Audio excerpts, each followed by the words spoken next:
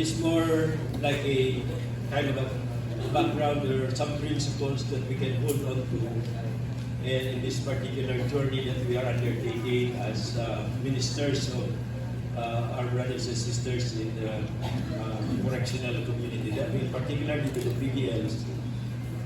Sabi nga ni Father Nisel kahapon, ang correctional community ay hindi lang tayo, hindi lang yung mga PDLs, hindi everyone.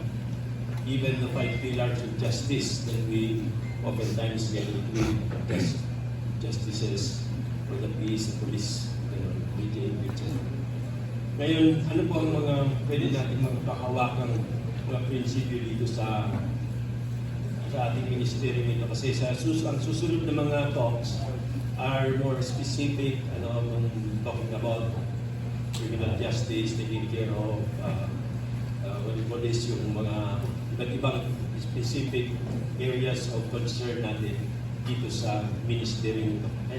Ngayon, divine life that we receive from Christ the day of our baptism, at nais natin itong ibahagi. Isa po sa mga napakagandang statement dito is for us to preserve the dignity, to defend the dignity of the human person na sinasabi dito.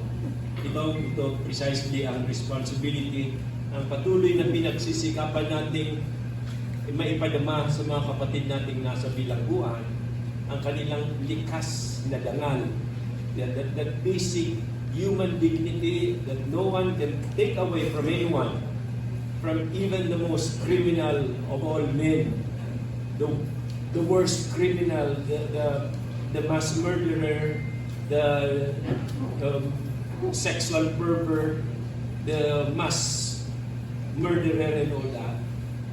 Hindi nawawala sa kanya ang kanyang likas na dangal, that basic dignity, precisely because he is a child of God.